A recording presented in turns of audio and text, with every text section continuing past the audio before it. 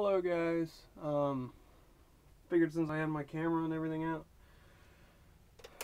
I might as well go through and show you about my my Brushless Stampede. Sorry, double checking things. Anyway, as far as I can tell, the easiest way to tell how old the car is, or what version or whatever you want to call it is by the body. And back when I got this thing and started working on it, it was old even then. I had to dig out the old parts manual at the local hobby shop. Anyway, body has definitely seen better days, wearing through corners and of course poking all that out.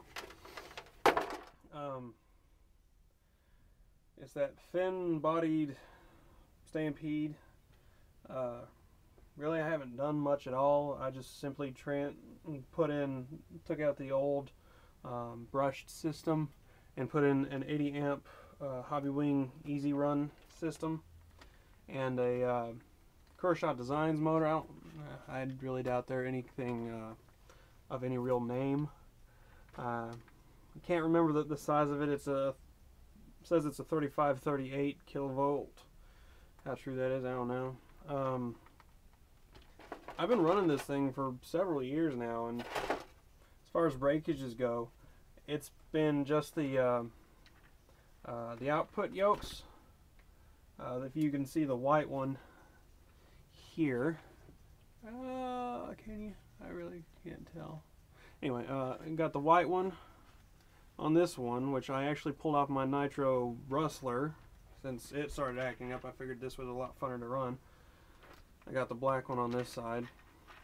I need to get more of them because I can't find my extra black one. Anyway, I broke a total of 2 of those now. The shafts themselves seem to be perfectly fine. I've never changed out the tires. The rear ones are starting to show real wear. The transmission, it had a plastic idler gear. I replaced that, as well as the differential. I had to replace that because I tore that apart. That one was definitely my fault because I was doing the reverse and then gave it a forward throttle, and it was not a good idea. Broke off the body posts. This one's about to fall off. These rear ones are almost worn all the way through.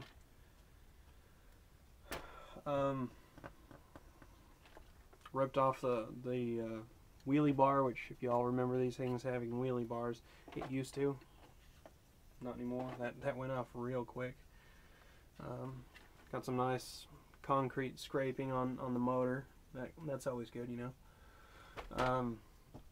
Yeah, and the batteries I'm using, 2 5200 milliamp hour Turnigy, rated at 35C continuous, or have them ran in series. Had to do some Dremel work here for them to slide in. The bottom battery usually sits just underneath let me get that in there. Just underneath the ESC, whereas the top battery, of course, sits before it. They're held together with hermaphroditic hook and loop kind of sticky, not sticky, but stick-on fasteners. These things are amazing. Get them at Radio Shack or wherever you can find them. They're great. Once you get them stuck together, they stay together, and you have to pretty much tear them apart. Isn't this lovely? I did that the other day. I ran straight into a railroad tie. It's that one section of railroad tie that didn't have dirt over it. Anyway, ran into 6mm bullets, then straight into the Deans. Since they're 6mm bullets with male on one side and female on the other, it's easy to make them run in series and put them together to make, of course, a 4-cell lipo. I keep them down with these wire wraps. Really, I love these things. They're great. Velcro, basically, loops on one side, hook on the other, or whichever's which. Of course, the stock which this one might be out of my Mini Revo. I really don't remember.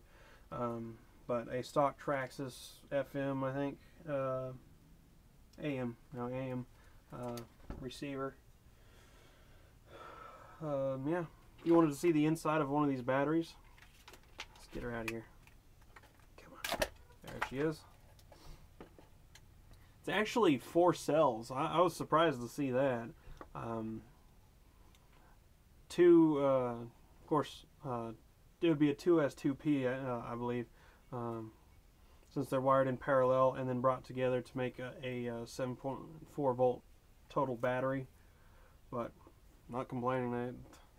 They have served me very well the past few years. I've rarely balanced them because they don't need it.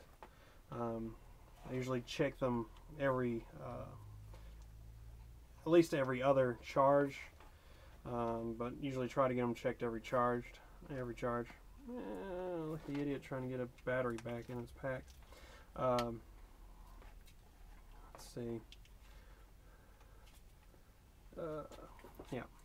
Which this thing has, I was surprised at how long this thing can run without needing to be recharged.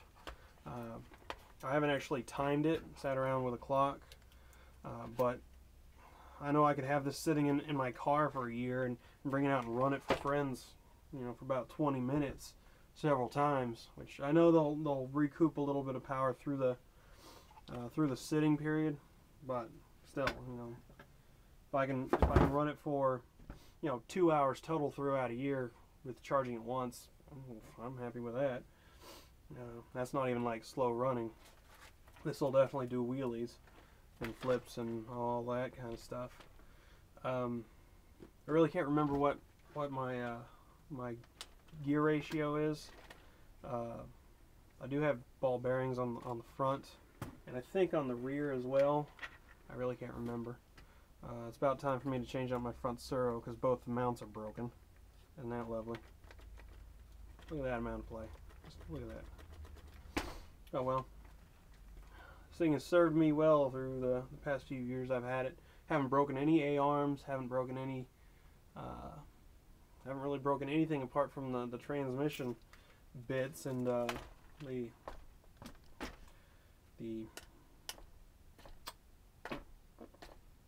wheelie bar, and of course the output yokes there. Oh, I did tear apart this side. Well, not this side, but the other yoke, the opposite of these output yokes, that would the wheel would mount to. Which that's a lot of play.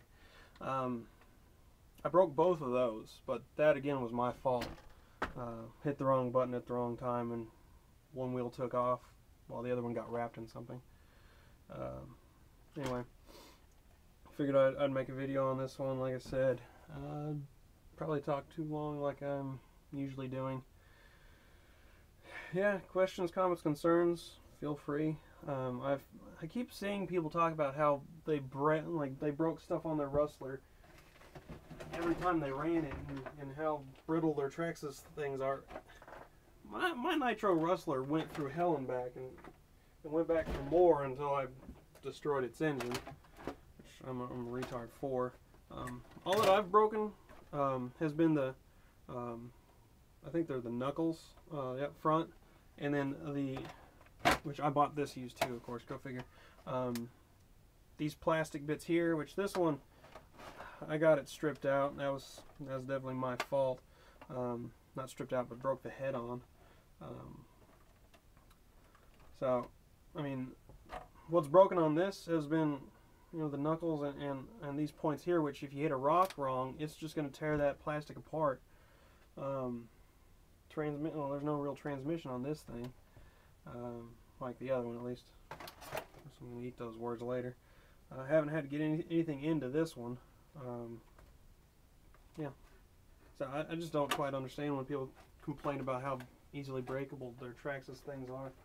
When I can fly this thing into a curve and it'll just ram into it, do flips, and then land on its wheels and drive away. You know, spur gears.